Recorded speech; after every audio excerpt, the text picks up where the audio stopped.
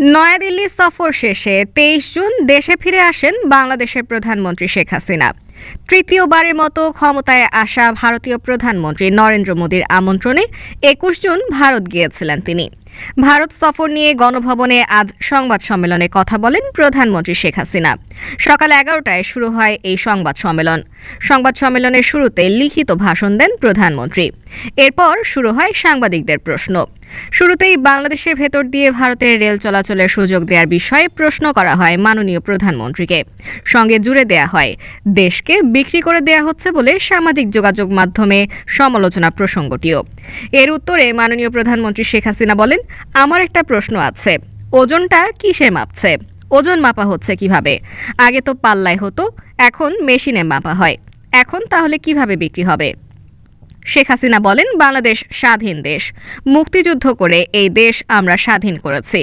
যারা সমালোচনা করে তাদের জানা উচিত, একটি মাত্র মিত্র শক্তি আমাদের মুক্তিযোদ্ধাদের সঙ্গে কাঁধে কাঁধ মিলিয়ে দেশ স্বাধীনে সহযোগিতা করেছে। পৃথিবীতে যারা মিত্র শক্তি, যারা যুদ্ধে সহযোগিতা করে, তারা কিন্তু ওই দেশ ছেড়ে যায়নি। এখনও জাপানে আমেরিকান সৈন্য, জার্মানিতে রাশিয়ান সৈন্য আছে। মাননীয় প্রধানমন্ত্রী শেখ হাসিনা আরও বলেন, এখানে ভারত কিন্তু ব্যতিক্রম।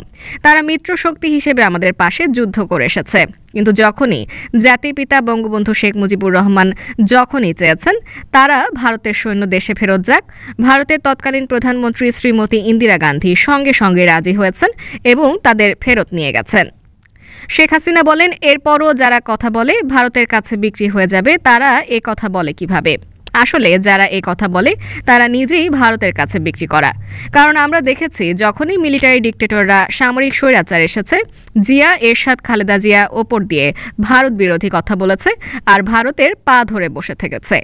এগুলো আমার নিজের দেখা, জানা। একটা দেশের মধ্যে অন্য দেশের ট্রানজিট দিলে ক্ষতি কি বলে প্রশ্ন রাখেন শেখ হাসিনা। তিনি বলেন, রেল যেগুলো বন্ধ ছিল ভারতের সঙ্গে, সেগুলো আস্তে আস্তে খুলে দিচ্ছি। অর্থনীতিতে এটা বিরাট অবদান রেখে যাচ্ছে। আমরা বাংলাদেশে কি চারদিকে দরজা বন্ধ করে থাকব? ইউরোপের দিকে তাকান, সেখানে কোনো বর্ডার নেই। সেখানে কি এক দেশ আরেক দেশ বিক্রি করে দিচ্ছে? প্রধানমন্ত্রী বলেন, আমাদের স্বাধীন সার্বভৌম দেশ, সমস্ত যোগাযোগ ব্যবস্থা খুলে দিলাম।